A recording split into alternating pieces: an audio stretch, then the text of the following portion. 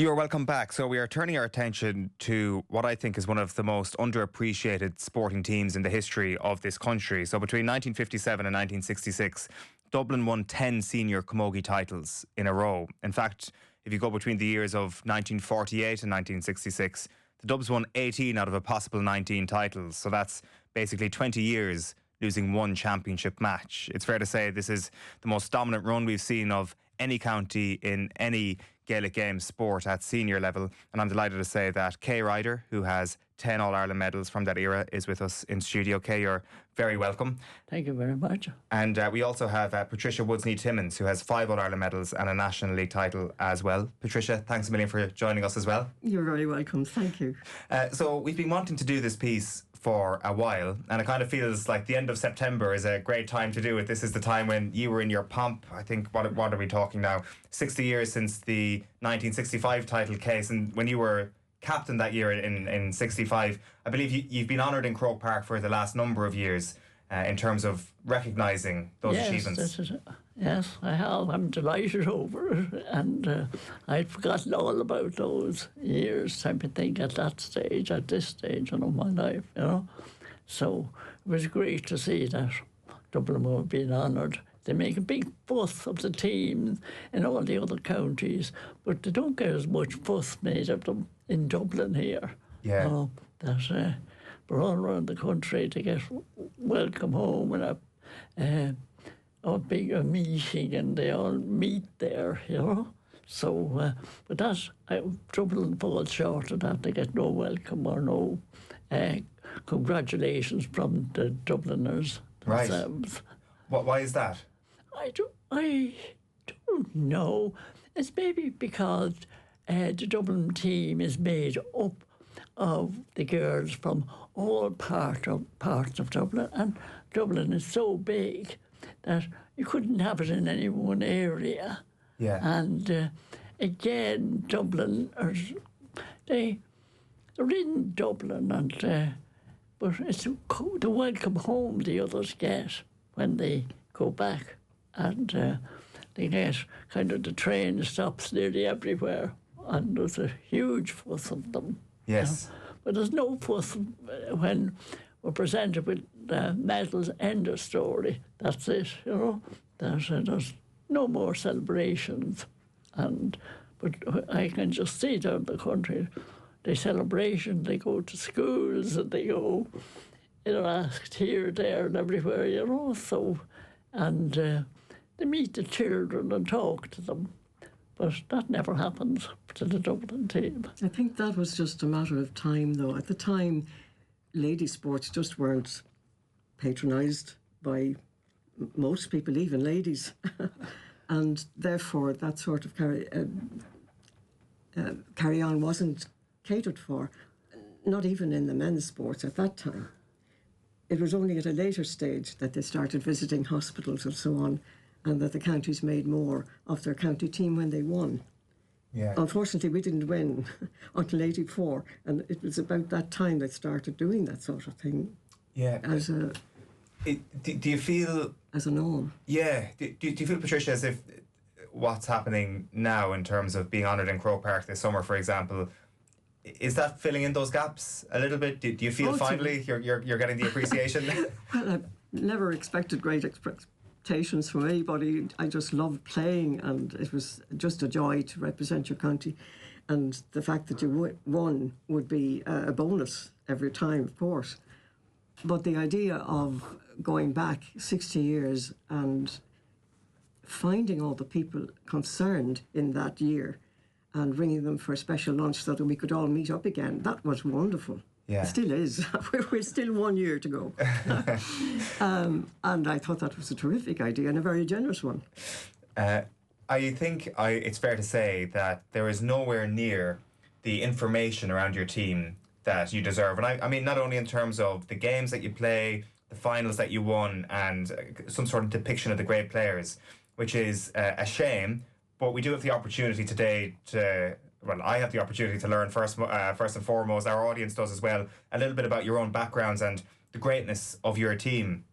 Kay, we might start with yourself, your own venturing into camogie as a young girl? When did you first play, and what was your introduction to the sport?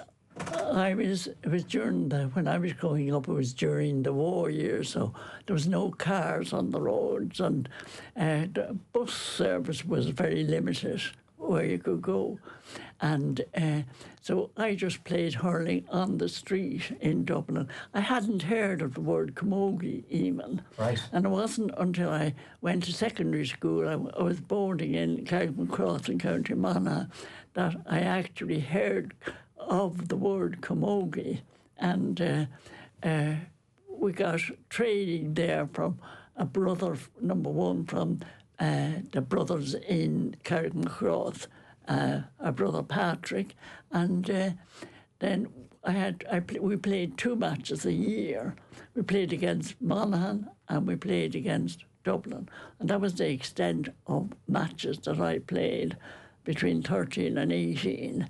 And then I came back to Dublin, I got a job, and I didn't play camogie. I didn't even realise that there was camogie played in matches in Dublin, that because we didn't have any access to papers, or there was nothing in the papers about it, So, and again, it was like the petrol only came back to Dublin around 1951, and I left school in 1952. Right. So anywhere you went, everybody cycled. So it was just by chance that I got going back to camogie. A friend of my father set up the primary schools, the Common Munskall, is it? Munskall, but my mother was anti-camogie. She never went. Really? Absolutely. So my father never encouraged me to play it, because she never saw me playing. She never came to a match. Wow. And so it wasn't ladylike. So it was just a teacher in my father's school kind of said he knew someone that were looking for players, camogie players, and so I arranged to go up to the playing field in the Phoenix Park, and I met Patricia's father, John Timmins, and he was absolutely marvellous, and that he went up there every Sunday, hail, rain or snow, and he was there. Even if nobody turned up, he was always there. And wow. He was a really fantastic player. So he asked me to join, so I hadn't a clue about playing matches. Yes. As I said, we got 2 matches a year, one against Monaghan and one against Dublin. And so I hadn't much. Yeah. Clue about it. There's so much in that.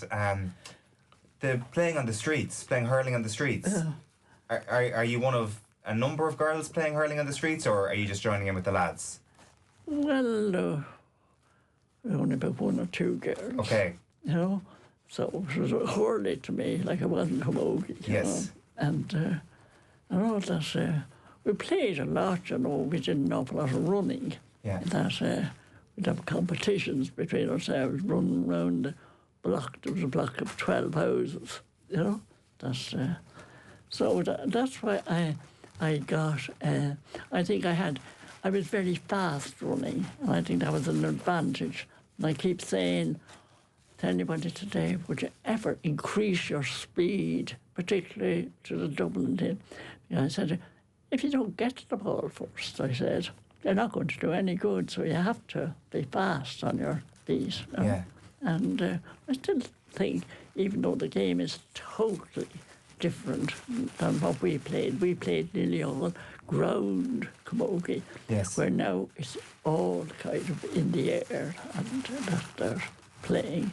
Now, it's very stylish, and I'll have to say, I think they play fantastic camogie nowadays. They're really fantastic and very fast. But still, you have to have the speed to get to the ball. Yeah. If you don't get to the ball, they're not going to do any good. So the club, Patricia, was Nave Aoife. Nave Aoife, that's Talk correct. to us about Nave Aoife. Well, a priest in my parents' parish started it for the women of the parish because they had no outdoor outlets. The boys were well catered for with Gaelic games and soccer and athletics, but the ladies had nothing, the girls had nothing. So he suggested if anybody would like to play camogie, we would try and start a team. That's what happened. My mother became a founder member. But then he realised that they really had no idea how to hold a stick, never mind play with it. So he encouraged my father to come and teach them how to play. And he took it on. He was an athlete. He did train some senior hurlers, in fact, as well, I believe. He didn't ever tell me that. I heard it from an aunt. Right. But he took us on and he trained them from the very beginning when they weren't able to hold the sticks until eventually we got to the point where we got into the senior ranks and won, I think it was 66k. We won the league and championship for the first time as a club, which was a tremendous pleasure for Dad to be able to think that we came from the very lowest of the low juniors and continually improved till we got this far. Yeah. He loved it, and so did my mother. She was up refereeing and umpiring, and she went to the board every day, every week. We had weekly board meetings, and my Sundays were up early for Mass, back home, get a breakfast, straight up the park. And we either had training at 11 or matches at 11, and hopefully I'd get on the senior team. We had like a junior team as well, but if anybody was late arriving for our club matches, as a senior club matches, I would be able to go in and play a little bit till somebody came, and this was my goal. Because you must field a team with at least 9 out of the 12, and if you don't have 9, the other team got the walkover. Yeah. So if any of our team were late, so that we had only 9 to play with, and I made up the 9, this was my hope when I was growing up, that I'd get a few minutes on the senior pitch to play. Eventually, of course, I managed to get at the senior team on my own steam. So, so Patricia, what was what were the rules of the game, I guess? Because it seems from what I've read, again, footage is impossible to find from this era. There's like one YouTube video of, I think there's an Ireland versus England game somewhere in England. I think that's the only YouTube footage of camogie of that era that exists online. So you'll have to educate us on what the game actually looked like. So as you allude to there, it's 12 players aside. 12 players aside. You have a goalie, a full-back, 3 half-backs, a centre field, 2 wings, and then you have the same at the top. You've got the full forward and the half forward, and that was your centre forward, and that was your 12. Okay, were the posts the same as they look today? No, the posts had a top rung, and you had to, for a point, you had to be between the bottom rung and the top rung. That was a point scored. But you couldn't go over the top rung. That was nothing. That wasn't counted.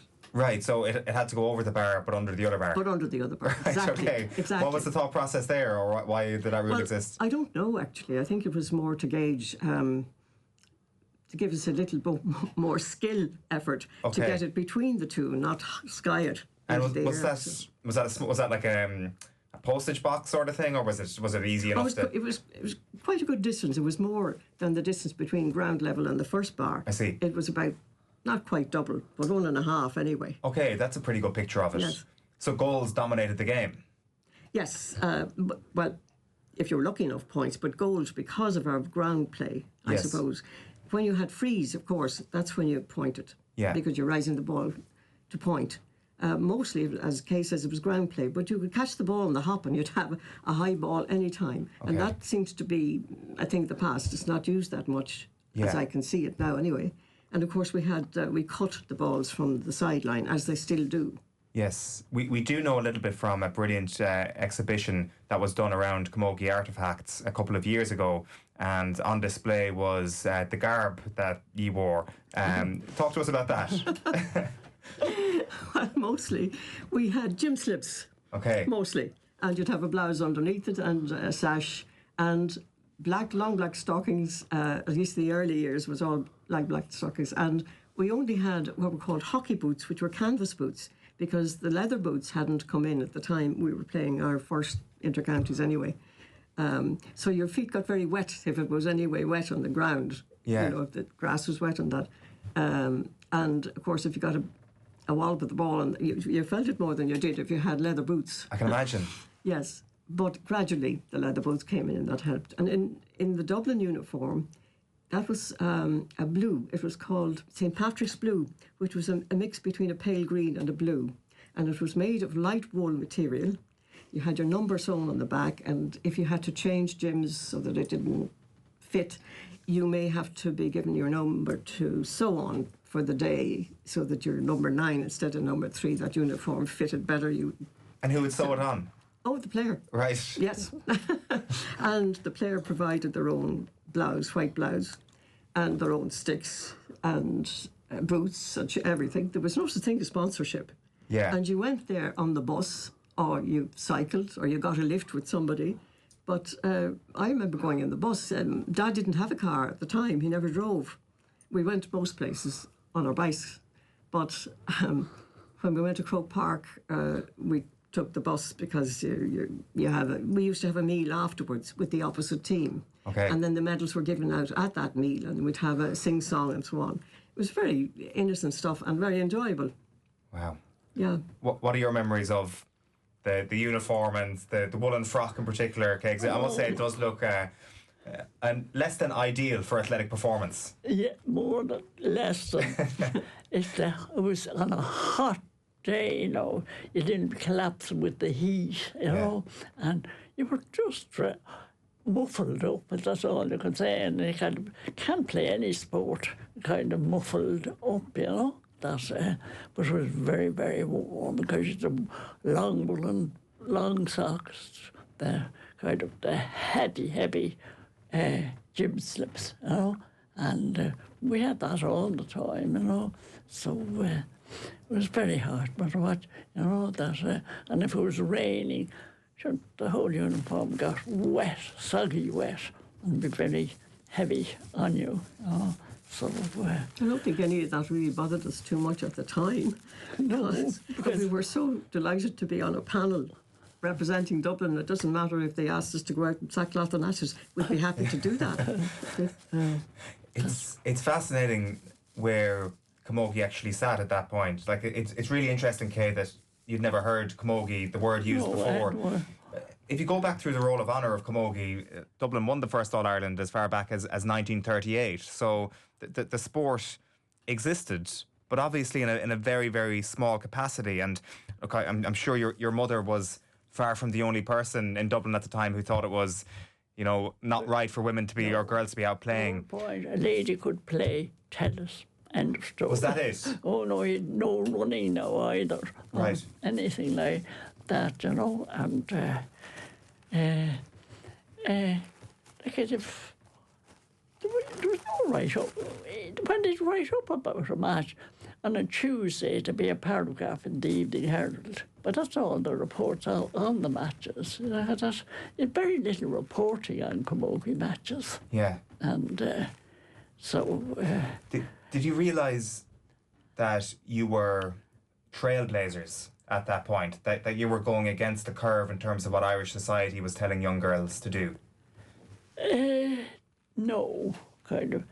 Again, I can only reading back now about 100 in 2003. I think it was 100 years since the camogie was set up, and it said that again they had to travel to matches on buses, and they used to have to hide their sticks, the camogie, inside their coats, right. And they wouldn't dare get on the bus holding a hurley. That they get terrible abuse from men on the bus about women kind of playing hurling. And was that something you had to deal with as an inter-county player?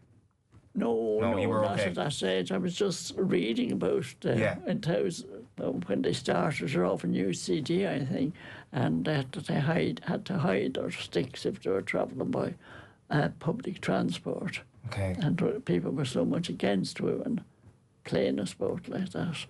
And yeah.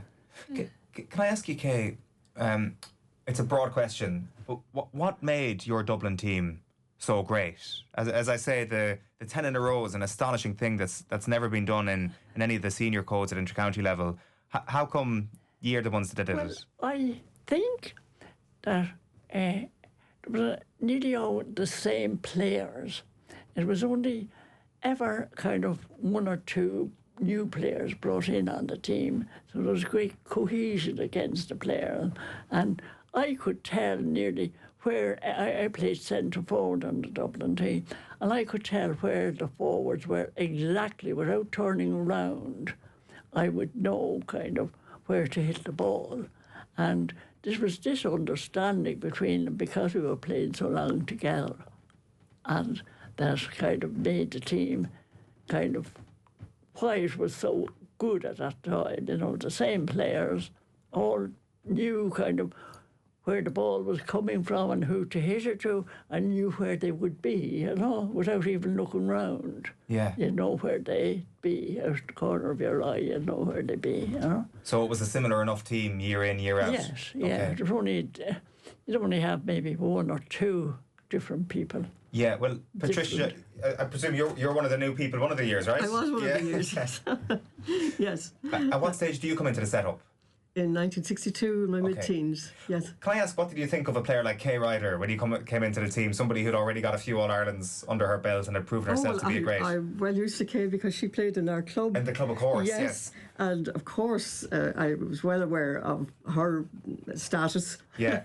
And it was great to play with her and the other, because I used to feel, starting off in 1962, I was in awe of whom I was playing with because they were so good. And so cohesive, as she says, as a team. There was no calling out for the ball. There was no need. They also, we were trained to hit the ball, keep the ball moving. That was one of the things that our late trainer, Nell McCarthy, used to keep telling us on the side, keep the ball moving, move it, don't mess with it, and move it to somebody, direct it. So this is how the cohesion of the players came to be. We knew where everybody was and where we should hit it to and so on. And if anybody went along with their ball and the stick as they do now, they wouldn't be considered for the panel. Really? Ever. No, showing off like no, never. Totally different game. Talk to us about Nell McCarthy then, your coach. A Cork woman? A Cork woman, yes. But she licked us into shape, put it that way. And her idea was, as A, to keep the ball moving, but to keep it to somebody always and not mess. And certainly if you want to rise, you've got to be quick. And in my memory, the other county teams we came across were more used to high play, like getting it into the hand and hitting it from the hand. They were faster at that than we were. And we counteracted that by being better on as ground play. Yes. And we had this thing of keep it moving and moving it to somebody instead of just into the wilderness where nobody was likely to be. Okay. It was thought out in that way. And how did she end up exiled in Dublin? She came up here to work as a civil servant. Oh, fair enough. Okay. Yes, that's how she started here, yes. What do you remember about Nell, Kay? She goes down clearly as one of the great camogie coaches. She was very, very stern. You wouldn't dare question anything she said, you know, and you wouldn't dare kind of, as Patricia say, show off. You just hit the minute you got the ball, you hit it, and you hit it to it, whoever you had in mind to hit it to it. It wasn't just, you didn't kind of try to you didn't try to score yourself from the centre of the field or anything like that. You always knew who you could pass to and that they'd get it up to the three forwards in the front, and you knew that one of them would get it. Now, mostly the three forwards were the same. It was Una O'Connor, Judy Doyle, and there was always A.N. others. Okay. So I was inclined to hit to Judy or to Una. But Una used to be so well marked, you know, that it was, generally speaking, easier deportation to Judy. Now, Judy was small and vast, and because she was small, you didn't seem to notice her. Now, I was tall, but people didn't notice Judy, and again, she was so fast on her feet. So if you could get it to Judy, she nearly always got a score, and kind of they'd be double marking Una, so that even though Una was great at scoring, but she'd be marked so well that there was a better chance of Judy scoring. Okay, she was the speedster. She was the one with all the pace. We'll get into some of the great moments in just a moment. I am very curious, though, as to what happened in 1956. I don't think you were a part of the panel, although you might have been. No, 56. I was part of the panel, and actually I was down on holidays, and Dublin used to get a bye into the final in the Leinster every year. And in 1956, they decided, no, Dublin would have to play all the other players, all the other teams in Leinster. Right. And they kind of just got the team together, but they never even had a practice. And I was down in Galway on holidays, and I rang Nell McCarthy, and I said, I'll get up, come up on the train. She said, no, don't bother. Right. She said, it's only kind of a match against, I think it was Kildare, I'm not quite sure. And she said, it's not worthwhile coming up, thinking that they were going to win. There was kind of a no runner, and then because they weren't expecting any opposition, and if you go out with that attitude, right, and once you're kind of have that attitude, it's very, very hard mentally. If you're not prepared mentally to go out and fight for every ball, you cannot mentally get back into that fighting spirit. Mm-hmm. And this is what you have to be careful of. Even if you're winning by a huge score, don't relax. Patricia, were you going to many of those games as a spectator before you were involved in 1962? Oh, absolutely. My mother was there at the time. Either chairman or vice chairman of the Dublin board all my life, as far as I can remember. So, of course, I was going to all the matches, and these were my icons, the people playing. That's when I started myself. I still was in awe of who I was playing with.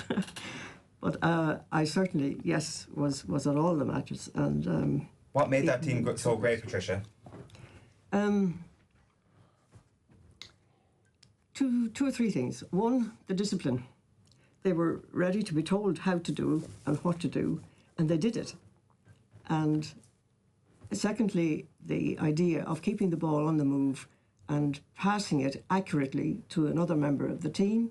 And three, keeping your places relatively well instead of running after the ball all over the field, and marking your players. When you need to mark your players, stick with them. Okay. Those three things. And as Kay says, we did train, but we weren't as fast as the players now are on the field. And she's right there. We could have been faster, as the teams are now, or most of them, but they're doing a lot more in athletics now to make sure that they can sprint and can keep it up for the length of the game. Which is important. What was your fitness regime? Well, we ran around the tracks, and we did sprints and so on, and we did exercises, and we did playing forwards against black and all that sort of thing, and practicing on the sidelines and the 30s, and it was 30s in those days, and taking frees, from the back line, that sort of thing. Yes. And that does take practice. It's like any game. You practice your free taking to become as accurate as you need to be. Is there a moment then that does stick out as your finest hour, even as a team, when you were going on that run? I know when I became captain and receiving the cup in 1965, that that I was hoping that we'd win, you know, in 65 and 66. That I kind of really stood out as the most memorable time, you know, being captain of the Dublin team. And it's just a wonderful feeling, you know. It's very hard to describe. It's kind of very emotional, and you want to you're afraid you might forget to praise people or kind of do the right thing, you know, and that you're on the air. But that was I really felt kind of so proud of the team that you feel really are proud of the team, you know, yes, when you're captain. It's the thing about your captaincy as well is that it's at the end of that amazing run. Yeah. And we're into the mid to late 60s at this point. Ireland is changing a little bit. Yeah. Do you start to feel the appreciation as a camogie player then from the naysayers? I know you mentioned before that your mother maybe wasn't overly fond of the idea of you playing. Did she come around by that stage? No. No? No. She never went to a match, you know. And I remember once playing in a match where we were playing against Mayo. My father was from Mayo, and I was about to take a 30, was it 30s we used to take? 30s. And I was just out standing in the silence where there's always silence, and next thing I hear from the stand, "Oh, Mayo!" And I knew from my father's fight that was my father. But I did score the point anyway. Yeah. I was laughing to myself because I knew it was him. He didn't put you off too much. But what about when you came home to the house with these All-Ireland medals? Was your mother not at least a bit curious about, geez, I've got one of the best camogie players in the country here? No. No? No. My father was very, very proud of me, you know, because when he started off the primary schools, or coming to one school, there were 6 of them in a flat on the Capitol Road. Yeah. And they all said, oh, when they got married and they had boys, the boys be all playing in Croke Park. And none of the 6 men that were there at the time, they had boys. My father had 4 girls. Right. And he was the only one that had anybody playing in Croke Park. Wow. Wow, that's amazing, isn't it? Yeah. And the others had boys, but none of them. Where do you keep your medals? Well, I have them at home in the safe, you know.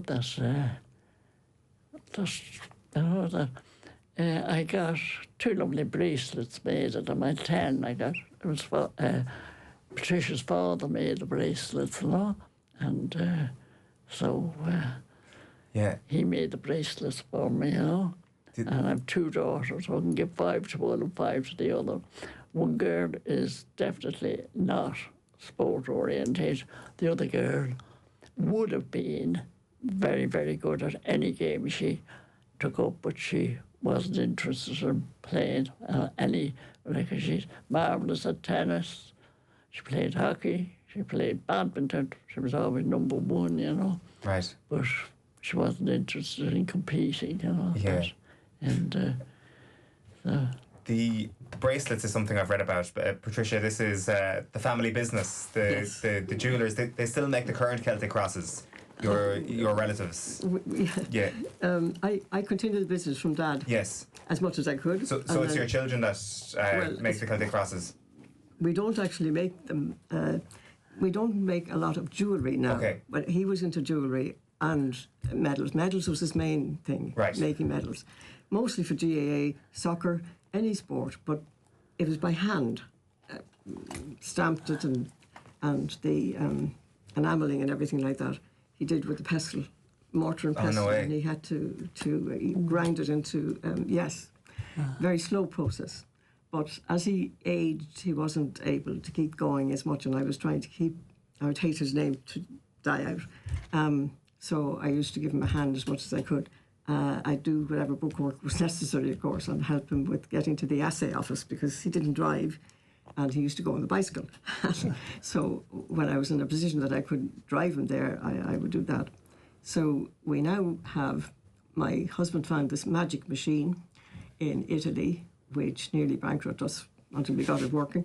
But it was churning out medals so much faster than the handmade ones. Yes. So we've kept the business going through that. Its core was medal making, but we do trophies and we do embroidery. We do all sorts of things now. We do bespoke trophies. We did some lovely bespoke stuff for film people and for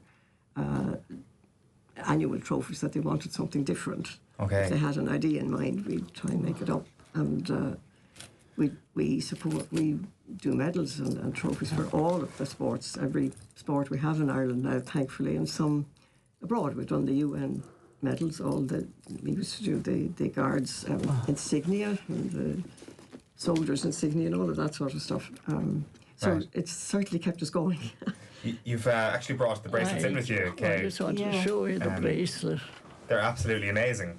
So 5 on each bracelet here with the Camogie Association crest on it. Yeah. The The beautiful dates shields. are at the back. Oh, and the date on each one, of course. So this is going from 1955 all the way up to 1966, this bracelet.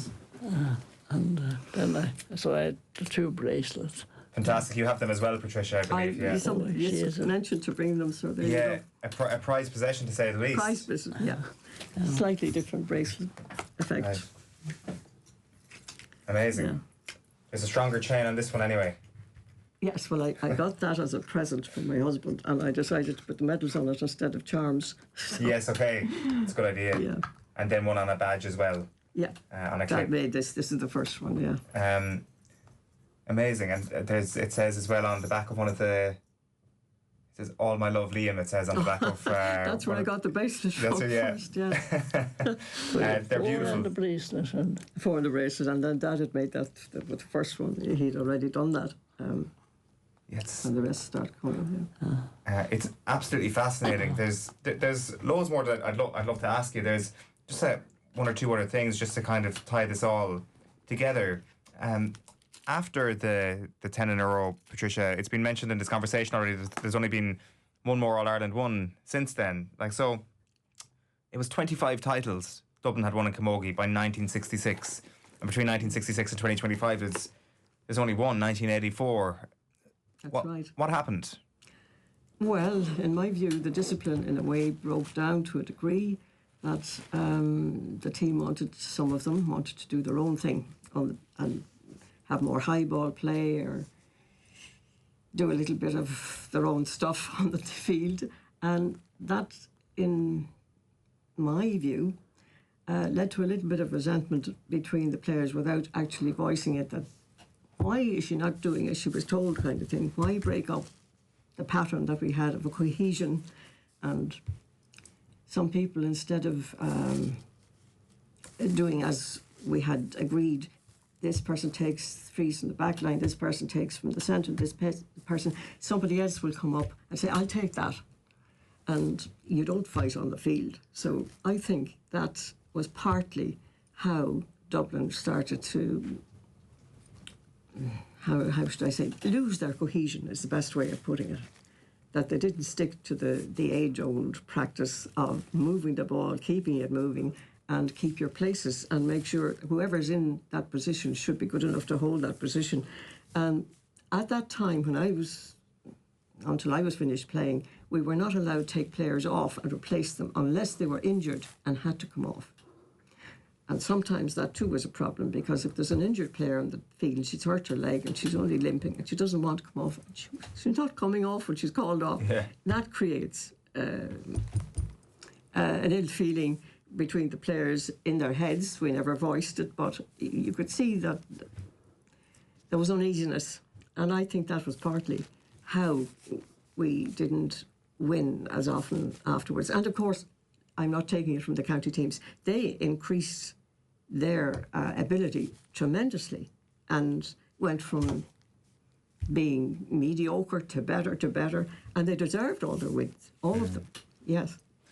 another thing is, I felt that the other teams went in with a defeatist attitude. They were playing double. They went in with the idea that they were going to be beaten. So I think they beat themselves by going in with this idea. Right. The mental aspect is so big. I think the mental aspect in all sport is, like, at that time that wasn't stressed, but in my opinion, mental attitude is very essential in all sport. For yourself, Kay, your life in sport after camogie involved badminton, yeah. golf, bit of golf. Yeah. You still managed to find the joy in sport post camogie. Oh, yeah, I always wanted to take part, and so unfortunately I had an operation in 1985 and I was forced to give up the golf. It broke my heart, that I couldn't play any sport. I was 85, so I suppose at the time. Yeah. So I suppose it was about time. Good innings. Patricia, for some people listening to this might be aware, but you're a mezzo-soprano yourself. You have a CD out, so talent in front of a microphone as well as on the field of play, it seems. Yes. Well, there was a time when I was hoping to make a career of it, but at the time my father was ill, and so I was the eldest of the four of us and the only one earning. So when you have a sole trader and he's not trading because he's ill, he's in hospital, I reckoned I couldn't really take up an offer to go abroad for training, because I reckoned my income was going to be needed. So that's how that went by. I sang as much as I could for weddings, funerals, all that sort of thing, odd concerts. Other than that, when I managed to get to concerts, tours of the States and Canada, which was wonderful, great experience. But I didn't progress beyond that because of the situation, and then I was trying to keep the business going. So, right, that's how that's how it all went in the end. The CD is my last swan song. Swan song is the name of the CD. Yes. Very good. I just have one last question. I guess the thing that really sticks out to me about your team, Kay, is 10 in a row. That we've seen other teams come relatively close, like the Cork women's footballers, for example, had an amazingly dominant run akin to yourselves, but never did 10 consecutive All-Irelands. I'm wondering, in 1966, when you do complete the 10 in a row, did you realise at that point that would be a record that would stand the test of time? Because it doesn't look like there's going to be a team that comes along in any of the four codes and actually beats that. Yeah, I think Cork is they could do it, Okay, yeah. They're very good, and that they've won an awful lot. Kilkenny nearly got there as well, but I think they got over. I think again, go back, I think it was the mentality of it. They just assumed that Dublin were going to win, and so. Once they broke that, and then again, for anybody coming along afterwards, they can see that after Dublin won 10 in a row, that it's all sports. It's kind of even football in Dublin, the kind of Dublin football had a run. Yes. But once that team kind of started as kind of disintegrate or getting older, and are replaced, then they're beaten. And the same Kerry team as well. I neglected to mention my own county, Kerry, who won 9 All-Irelands in a row, up until 1990, and then all the players are older, and then you have all the reliables kind of resigning and leaving that,